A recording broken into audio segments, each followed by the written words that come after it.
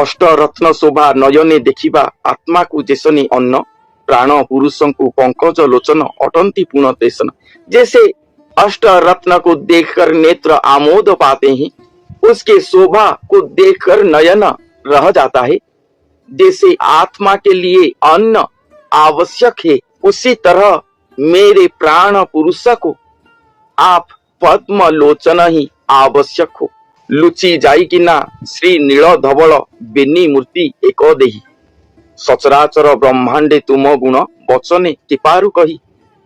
आप श्री पुरुषोत्तम श्री भगवान, आप मेरे शरीर पर आए हो। आपके श्री नील श्री धवल स्वरूप मेरे शरीर के अंदर छुप गए हैं, एक देही हो गए हैं। हर युग पर श्री भगवान के नील धवल स्वरूप दोनों ही आते हैं।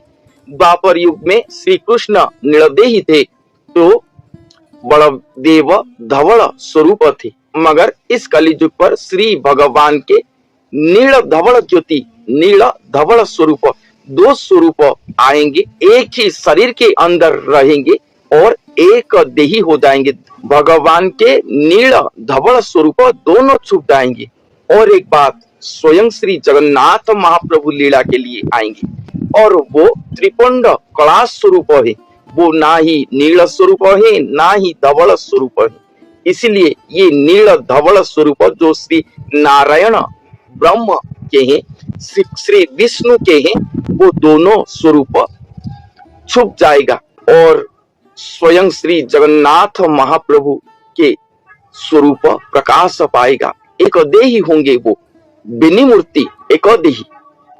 वो महापुरुष का दिव्य स्वरूप धवल वर्ण होंगे, वो शुक्लांबरधर स्वरूप होंगे। ये अन्य स्थानों पर लिखा गया है। नीलधवल स्वरूप वहां पर छुप जाएंगे। श्री जगन्नाथ श्री जगुसोदर के स्वरूप वहां पर प्रकाश होगा। बिनी मूर्ति वो महापुरुष का स्वरूप और श्री भगवान का स्वरूप, दो मूर्ति एक देही होंगे। सचराचर ब्रह्मांडे तुम गुण वचने कृपारु कही। ये सचराचर ब्रह्मांड पर आपके गुण को कौन भला वचन पर कहने के लिए समर्थ होगा। जेउ दिनु चतुर्भुज होई देखा देल हो लावण्य निधि, से दिनु मो दुख थिला प्राय मोते न लागई निरवधि। वो महापुरुष कहते हैं कि जिस दिन से आप अपने चतुर्भुज स्वरूप को ये लावण्य निधि मुझे दिखाए हो, दर्शन दिए हो अपने चतुर्भुज स्वरूप के, उसी दिन से ही दुख मुझे नहीं लग रहा, स्पर्श नहीं कर रहा। दुख मेरे साथ है। से दिनु मो दुख थिला प्राय मोते न लागई निरवधि।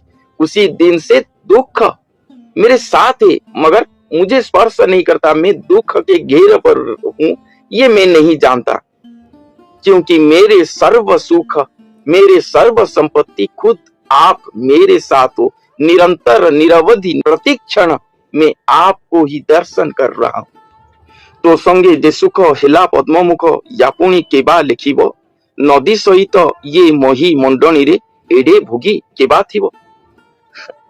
वो महापुरुष कहते हैं कि आपको पाने के बाद, आपके चतुर्भुज स्वरूप को देखने के बाद, आपके संग पाने के बाद ही पद्म मुख में जो सुख निरवधि पा रहा हूं, इसको कौन भला लिख पाएगा, वर्णन कर पाएगा। मुझे तो इस महीमंडल पर ऐसा कोई भोगी व्यक्ति दिखाई नहीं दे रहा है जो स्वयं आपको अपने शरीर पर पाकर भोग कर रहा हो। स्वयं पद्ममुख स्वयं श्री जगन्नाथ महाप्रभु को, ये अशेषादि ब्रह्मांड का ठाकुर अशेष मूर्ति को अपने शरीर पर पाकर खुद एकाकार एक स्वरूप होकर खुद ही एकांत में भोग कर रहा हो। ऐसा कोई भी व्यक्ति मुझे इस धरती पर दिखाई नहीं दे रहा। दुख पराए जेतेक दिशुथाई से सिना अटई माया, लुचि जाई किना जगतर बंधु टूटी मो पराण साहा। वो महापुरुष कहते हैं कि मैं इस संसार पर आकर बहुत दुख कष्ट पाया हूं, बहुत दुख कष्ट के घेर पर हूं, मगर आपको पाने के बाद आप ही मेरे सर्व सुख हो, सब कुछ हो। मुझे ये दुख कष्ट कुछ भी स्पर्श नहीं करता। और ये जो दुख पराय ये दृश्य होता है, ये सब कुछ माया है। ये जो दुख मेरे चतुर्पार्श्व पर मेरे पास दृश्य हो रहा है, ये सब कुछ माया है। क्योंकि आप खुद महासुख मेरे शरीर के अंदर छुप गए हो। मेरे प्राण का सहा एकमात्र भरोसा आप खुद मेरे साथ हो। प्रति क्षण आप मेरे साथ हो। एथिपाई डर नहीं मो संसार लोको माने सिना ये। इसलिए इस संसार पर रहकर मुझे किसी से भी डर नहीं, भय नहीं लगता ये संसारी लोगों को देखकर। क्योंकि ये संसार अधिपति परमेश्वर स्वयं आप मेरे साथ मेरे शरीर पर हो। पंकज लोचन अमूल्य वदन नासिका 16 डंबरु। आप खुद पंकज लोचन हो। अमूल्य वदन आपका है, अमूल्य स्वरूप। नासिका आपका 16 डंबरु की तरह है। चारिभुज सुनलिनी दल प्राय कटी आंट महामेरु। आपके चतुर्भुज सुनलिनी दल की तरह है और आपका कटी कमर महामेरु सम है। कंधरे पैता जगत को जीता, पादे गोप्य बारानिधि। आपके स्कंध पर पैता है जो कि जगत जीता है। पादे गोप्य, आपके पाद पर स्वयं बारानिधि गोप्य होकर रहा है। सिरे सिखिचूल अति ही सुढल अशेष संसार साधी। आपके सिर पर सिखिचूल अति ही सुढल सुंदर है जो कि अशेष संसार को साध्य कर सकता है। आपके सिर पर सिखिचूल अति ही सुढल अशेष संसार को साध्य कर सकता है। ये कारुण्य जल अति अप्रबल, बड़ा गंठी जाए सिना। एथिपाई किंपा अच्युत दासर निरवधि जे भावना। ये कारुण्य जल अति ही अप्रबल है, मगर आपके बड़ा गंठी तक ही है। इसलिए अच्युत दास निरंतर आपको भावना कर रहे हैं। यहाँ पर वो दिव्य महापुरुष श्री अच्युत दास अपने शरीर पर रहे भगवान के स्वरूप को वर्णन करे हैं कि उनका लोचन, उनके आंख पद्म लोचन सम है। उनके स्वरूप अमूल्य वदन नाना अलंकार पर अलंकारित है।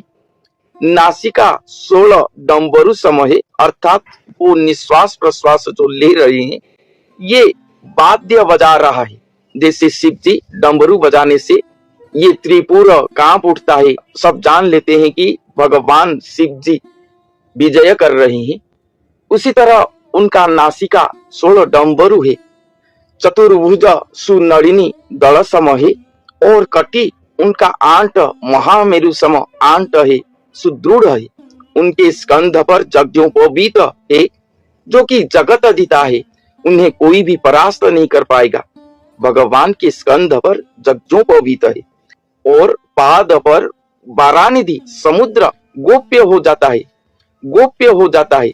बारानिधि ये अक्षीण सागर जो महाप्रलय के समय आकर धरती को लीन कर देगा, एक क्षण में जीव सत्ता को क्षय कर देगा। वो बारानिधि उनके पाद पर छुप जाता है, गोप्य हो जाता है। उनके सिर पर सिखिचूल अत्यंत सुदृढ़ है जो कि अशेष संसार को साध्य करने के लिए सक्षम है। और ये कारुण्य जल जो कि अति प्रबल सम होकर इस संसार को ही ध्वंस करने के लिए आ रहा है, महाप्रलयमुखी हो रहा है। ये कारुण्य जल अति अप्रबल जो लग रहा है वो उनके पांव की बड़ा तक ही होता है। इसलिए वो महापुरुष अच्युत दास के मन से भय हट गया, क्योंकि स्वयं जगत जीता स्वयं भगवान शरीर आकर उन्हीं के शरीर पर विराजमान करे हैं, सर्व संपूर्ण होकर विजय करे हैं, सचल स्वरूप हुए हैं, खुद अपने जगत को रक्षा करने के लिए सुरक्षा देने के लिए आए हैं। और ये भयावह महाविपत्ति उनके सामने धूलि प्राय है। इसलिए ही तो अच्युत दास स्वयं अपने ही भगवान को निरंतर भावना कर रही हैं।